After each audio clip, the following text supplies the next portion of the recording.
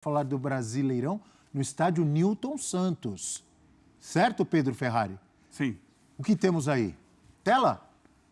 Prováveis escalações? Então, começando com o Vasco de tanta gente, né, Breler? De tanta gente. De Martinho da Vila. Martinho da Vila? De Paulinho da Viola. Que coisa linda. E Roberto Carlos. O samba é Vasco. Não só o samba é Vasco. Vamos com o provável Vasco? Vamos todos cantar de coração, né? De Tereza Cristina.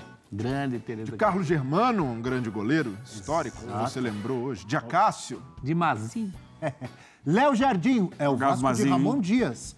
Com Léo Jardim, Robson, Maicon, Léo Pelé, como gostava de dizer o Viola, grande São Paulino. O Léo amigo é o nosso. Pelé e o Robson é o Bambu, né? E Lucas Piton, Zé Gabriel, Paulinho, Só Paulinho que ele quer ser chamado. e Praxedes, Serginho ou Rossi, Verrete e Gabriel Peck. Ué, E pode pintar o Payet. eu ia perguntar, cadê o Payet? Então, ainda... Chegou com croissant de chocolate, com vinho de Bordeaux, com não sei o quê, e não joga? Não, ainda tem Teve na apresentação. um processo de condicionamento físico, mas se o Ramon Dias e a comissão entenderem que ele está inteiro, vai pro jogo. O Fluminense de tanta gente, simplesmente de Roberto Rivelino, de Paulo César Caju e companhia, de Tele Santana, de Nelson Rodrigues. Do doutor Francisco Horta, que montou aquele time. Exatamente. Eduardo Barros, o Diniz está suspenso? Suspenso. Está suspenso? Com Fábio no gol, Guga, Nino, Felipe Melo e Diogo Barbosa. Como é que é o André- Felipe Melo? Huf. Ah, legal. André Alexander, Arias, jogador de bola da seleção colombiana, e Keno, John Kennedy e Cano. É o Fluminense para esse clássico importantíssimo para os dois, mas eu me arrisco a dizer que esse clássico é mais importante para o Vasco nesse momento. Ou estou errado? Não há dúvida, o Fluminense tem a Libertadores como grande foco e o Vasco, o grande objetivo da temporada é escapar do rebaixamento. Para isso, precisa emplacar uma sequência. O Vasco está devendo isso na temporada, pelo péssimo primeiro turno que fez. O Ramon Dias precisa olhar esse jogo, por mais que seja clássico, o Fluminense, até se a gente analisar tecnicamente o momento na temporada e elenco seja favorito, mas o Vasco precisa, de qualquer forma, desesperadamente ganhar esse jogo. E aí, independentemente da postura, eu imagino um Vasco com a postura e a atitude agressiva. E o que isso significa? Não necessariamente o Vasco tendo mais a bola, porque a gente já conhece a característica do Fluminense, colocar o John Kennedy, que vive grande fase, mas ainda assim é um Fluminense que tem mais a bola, um Fluminense que é, de certa forma, o time protagonista quando joga contra os seus adversários, mas um Vasco que não vai deixar o Fluminense confortável. E isso talvez até justifique o Payet começar no banco, porque se você não tem um jogador com as características dele 100% fisicamente, faz sentido também guardar para um segundo tempo em que, dependendo do cenário, o Payet vai ser muito útil para segurar a bola, para cadenciar. Então, o Vasco, se consegue abrir uma vantagem com esse time muito agressivo, mordendo a saída de bola do Fluminense, não concedendo espaços, pode ser que uma alternativa interessante ter o Payet, a qualidade dele para o segundo tempo, mas se tiver inteiro, o Vasco não tem tempo a perder. O Payet com 100% de condições, a comissão técnica entendendo que esse tempo, essa parada da FIFA foi suficiente para recolocá-lo em condições de jogo, tem de usar força máxima logo de cara, sacrificá-lo, porque o Vasco não é aquele time que pode se dar o luxo de poupar. Então, ele precisa contar com 100% do Payet, nem que seja para 60 minutos, mas dependendo da estratégia de jogo, o Payet pode ser mais útil começando no banco do que necessariamente como titular. Veja a situação do Vasco, né? Além da tabela, de toda a pressão, pega um adversário muito azeitado em que você tem que tomar a iniciativa. Porque eu também concordo, o Vasco tem que ir para o jogo, momento de tudo ou nada, até o fim do campeonato para o Vasco vai ser tudo ou nada nessa atuada dos pontos. Mas é um adversário 17 pontos, é muito certinho, né? Um adversário muito perigoso, muito certo. É uma situação de cobrir a cabeça e descobrir os pés. O Vasco tem que ser corajoso, mas também tem que ser precavido no sentido dos perigos que esse time do Fluminense pode oferecer, né? E sem Medel. Que é um reforço, antes de tudo, moral do Vasco, né? Então, e na defesa, o Medel tinha encaixado no meio-campo nem tanto, que é a posição original dele, mas como zagueiro ele vinha entregando essa disposição, chegando em todas as bolas, dividindo, aumentando a rotação do Vasco, servindo, puxando outros caras com ele. O Léo, por exemplo, voltou a atuar muito bem, teve essa segurança do lado, então vai fazer muita falta. Embora o Maicon não tenha decepcionado nos últimos jogos, mas em relação ao Medel, há um decréscimo do Vasco. Você ganha um jogador mais lento, um jogador que não tem essa pegada, um jogador que se posiciona, espera mais, é mais útil até na bola parada, mas ainda assim, é um desfalque pesado por se tratar de um clássico. Se alguém me perguntasse agora, Abel, Vasco e Fluminense é clássico, tem a rivalidade, etc e tal. O Vasco é o mandante, apesar do jogo sem o Nilton Santos. Quem é o favorito? Para mim é o Fluminense. Tecnicamente, não há discussão. O Fluminense é muito melhor time que o Vasco. O Fluminense está aí, né, encantando, voltou a mostrar um futebol de alta qualidade, né, que tinha apresentado no início da temporada, oscilou um pouquinho, mas olha para a tabela. O Fluminense está brigando por G4 do Campeonato Brasileiro. E para ele é importante o jogo nesse sentido, porque não há garantia de que vai ganhar a Libertadores esse ano. Está na semifinal ainda, é uma fase difícil para passar. Mas, independente disso, ele tem que garantir a vaga direta na próxima Libertadores.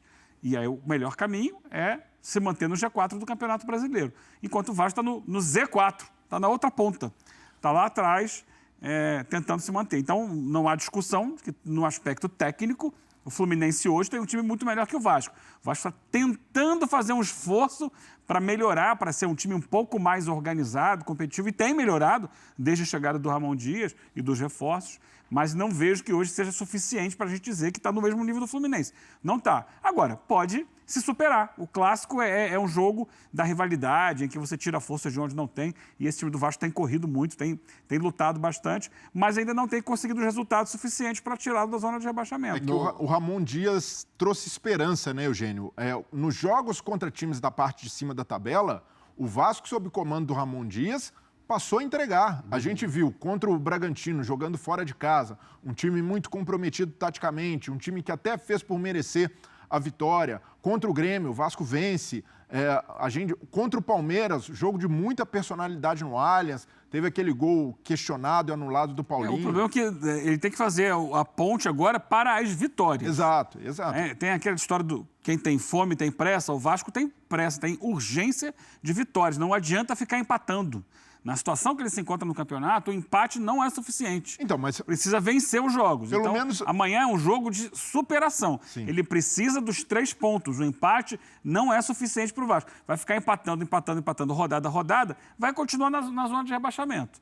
Isso não serve para o Vasco. O Vasco precisa fugir dessa zona de rebaixamento. E ele olha para cima, como o Luxemburgo falou na coletiva, né? Não adianta se ele vencer o Fluminense, ele ainda não sai da zona de rebaixamento. Ele continua 1 ponto atrás do Santos, que tem 21, ele tem 17 Vasco. Então ele precisa muito vencer. Só que, do outro lado, o adversário não está preocupado com isso, está preocupado com a vida dele. E precisa também pontuar, porque se o Fluminense olhar para a rodada, o Flamengo perdeu, o Grêmio perdeu. São times que estão ali naquela briga dele ali. Palmeiras, Grêmio e Flamengo. Ele está na beiradinha para entrar nesse G4. Se ele vencer, ele entra no G4. Então, para os objetivos do Fluminense, é importante ganhar também. E é um jogo que tem todo um molho extracampo, né?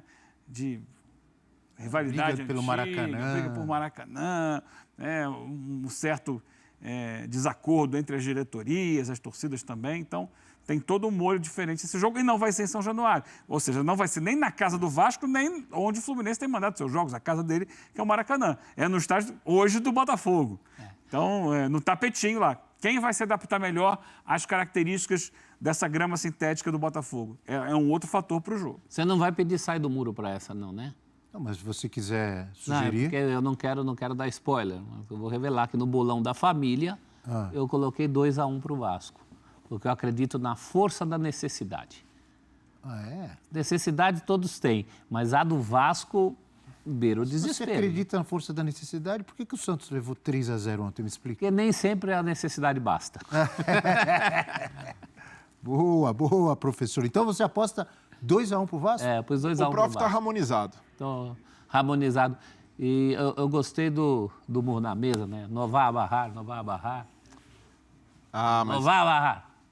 é dura a missão. É dura. Porque é isso, o Vasco vencendo 2 seguidas, se vence agora o Clássico, vence o Coritiba, ainda não consegue sair. Tem o jogo a menos contra o América, é uma esperança de o Vasco conseguir essa sequência. Mas essa sequência precisa começar no jogo mais difícil, no adversário mais complicado, que é o Fluminense. Olha, temos uma notícia de última hora, a gente vai colocar na tela, mudança na cidade, no estádio, no palco da decisão da Copa Sul-Americana. Que pode ter, de repente, o Fortaleza. Fala aí, rapaziada, trazendo mais um vídeo aqui no nosso canal. E nesse vídeo trazendo a tabela atualizada após a rodada aí, os jogos desta quinta-feira. Nesta quinta-feira tivemos Fortaleza vencendo o Corinthians 2-1. Cruzeiro vencendo o Santos 3-0. O Bahia vencendo o Coritiba 4-2. Bragantino 2-0 no Grêmio. Teremos ainda Cuiabá e a América Mineiro, Palmeiras e Goiás, Vasco e Fluminense, Atlético Mineiro e Botafogo. Classificação atualizada: primeiro lugar, Botafogo 51 pontos, segundo Palmeiras 41, terceiro o Grêmio 39, quarto Flamengo 39, quinto Bragantino 39, sexto Fluminense 38, sétimo Atlético Paranaense 37, Fortaleza tem 35, Atlético Mineiro 31, Cruzeiro 29, Internacional 29, Cuiabá 28, São Paulo 28, Corinthians 26, Bahia 25, Goiás 25, Santos 21, Vasco 17, América Mineiro 16 e o Coritiba com 14 pontos. Gostou do vídeo? Deixa o seu like, se inscreva no canal, ativa o sininho das notificações. Forte abraço a todos e até nosso próximo vídeo aqui no nosso canal.